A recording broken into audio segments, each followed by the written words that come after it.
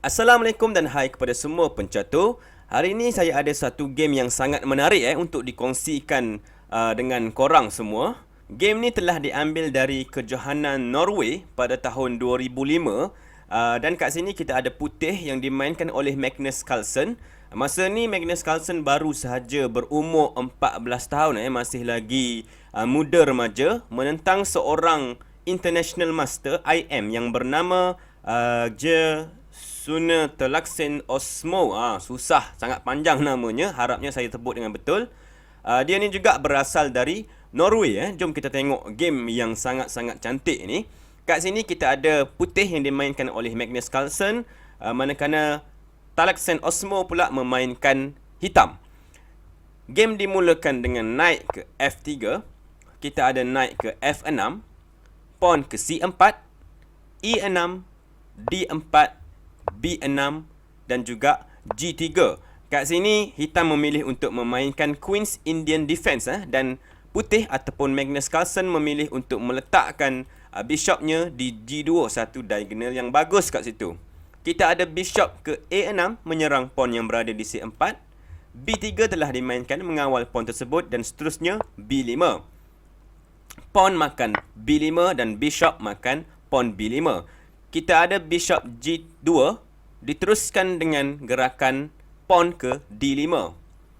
Castling 0-0 dibuat oleh putih, manakala hitam naik B ke D7.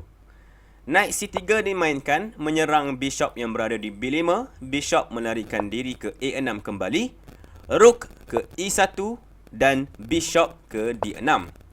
Permainan diteruskan dengan bishop ke B2 dan hitam membuat castling. E4 dimainkan kat sini. Kita ada exchange pertukaran knight. Knight makan pawn E4, knight makan knight dan seterusnya pawn makan knight E4 dan diteruskan dengan rook makan pawn E4. Bishop ke B7 menyerang knight di E4 dan kat sini daripada pulang ke tempat asal, Magnus Carlsen telah memilih untuk melarikan rooknya ke H4, memilih untuk membuat serangan ke atas king side ataupun kubu lawan kat situ. Sekali lagi hitam mengancam untuk makan rook Magnus Carlsen dengan gerakan bishop ke E7. Jadi dia melarikan rooknya ke H3 kali ni. Kalau kita tengok, rook tu duduk di satu tempat yang selamat. Namun ini sebenarnya satu tempat yang macam kelakar, yang macam tak membuat apa-apa sikit kat situ. Lagipun rook tu sedang menyerang seorang diri. Namun ini Magnus Carlsen yang kita tengah cakap kat sini, sememangnya dia akan menjumpai satu cara untuk terus membuat serangan.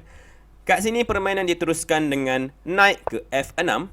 Kita ada queen ke E2, bishop ke D5, rook E1, seterusnya queen ke B8 dengan idea untuk datang ke B7 dan seterusnya memberi tekanan ke diagonal ini. Namun ini sebenarnya merupakan satu gerakan yang pasif.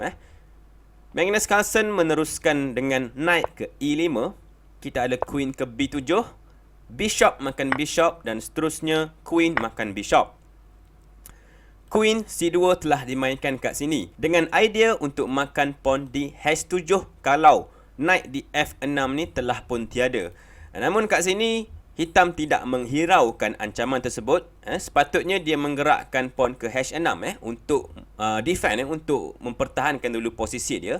Namun di posisi ini hitam telah memainkan C5 dan ini sebenarnya merupakan satu kesilapan kecil yang dihukum oleh Magnus Carlsen dengan gerakan knight ke G4. Satu gerakan cantik yang cuba untuk mengumpan knight di F6 ni. Knight G4 ni cakap kat knight F6 ni, "Wei knight, marilah sini, makanlah aku secara free." Dan sememangnya knight tu tak boleh nak makan knight sebab kalau makan kita ada queen makan pawn H7 checkmate seperti yang kita bincangkan sebentar tadi. Oleh itu, selepas gerakan knight ke G4 ni, kita ada pawn ke H6. Dalam posisi ni, bagi pemain catur profesional seperti Grandmaster, mungkin akan terus memilih untuk makan pawn di H6 membuat sacrifice knight kat situ dan seterusnya membuat satu serangan yang bagus. Namun bagi Magnus Carlsen, dia ni merupakan seorang yang tidak gopoh, yang relax. Dia cakap sekarang ni semua piece dia, bishop, queen, knight, rook, semuanya menghala ke arah king hitam. Namun seorang je yang tak pergi parti, yang tak ikut join sekali, iaitu Rook di D1. Jadi dia pun cakap Rook ni perlu pergi untuk menyerang King. Jadi gerakan Rook ke E5 dimainkan dekat sini sambil menyerang Queen. Queen lari ke F3, barulah Magnus Carlsen makan sacrifice pawn di H6 dengan menggunakan knight-nya.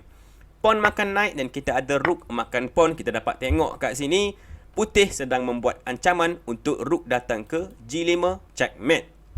Oleh sebab itu King ke G7 telah dimainkan sambil menyerang Rook di H6. Namun Magnus Carlsen membuat satu gerakan yang sangat hebat, yang sangat bagus kat sini, iaitu Rook ke G5 check. King terpaksa makan Rook di H6. Dalam posisi ini Carlsen telah membuat satu gerakan yang sangat cantik. Korang boleh pause video ni dan cuba cari gerakan yang ingin dibuat oleh Magnus Carlsen. Silakan. Bishop ke C1 sekali lagi membuat ancaman yang sangat cantik kat sini, iaitu Rook ke G4 membuat open check. Kalau kita tengok kat sini, King hitam sebenarnya tidak mempunyai tempat untuk melarikan diri dan menyelamatkan diri. H7, G7, G6 dan juga H5 semuanya tak boleh pergi. Jadi dia seolah-olah tersepit kat situ.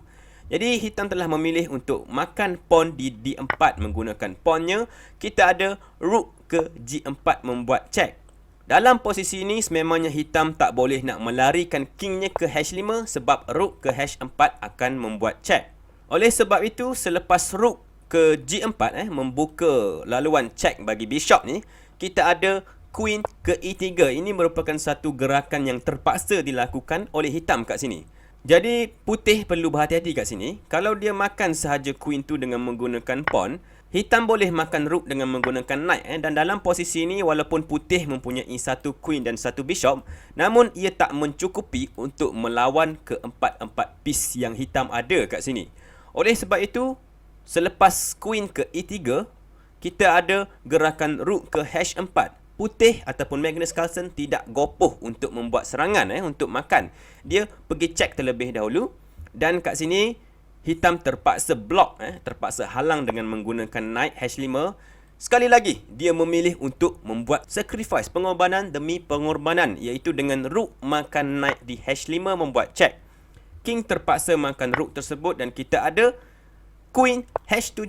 Tak makan-makan lagi Queen kat sini. King lari ke G4 dan seterusnya barulah pawn makan Queen di E3. Kita ada Rook A ke C8 mengancam untuk makan Bishop di C1. Namun seperti yang kita tengok dalam game ni, Magnus Carlsen sangat suka untuk membuat pengorbanan kalau dia mendapat sesuatu serangan yang bagus. Jadi kat sini korang boleh cuba pause video ni sekali lagi dan cari apakah gerakan yang ingin dibuat oleh Carlsen seterusnya. King ke G2 sekali lagi memilih untuk mengorbankan sahaja Bishop di C1. Jadi hitam makan sahaja Bishop C1.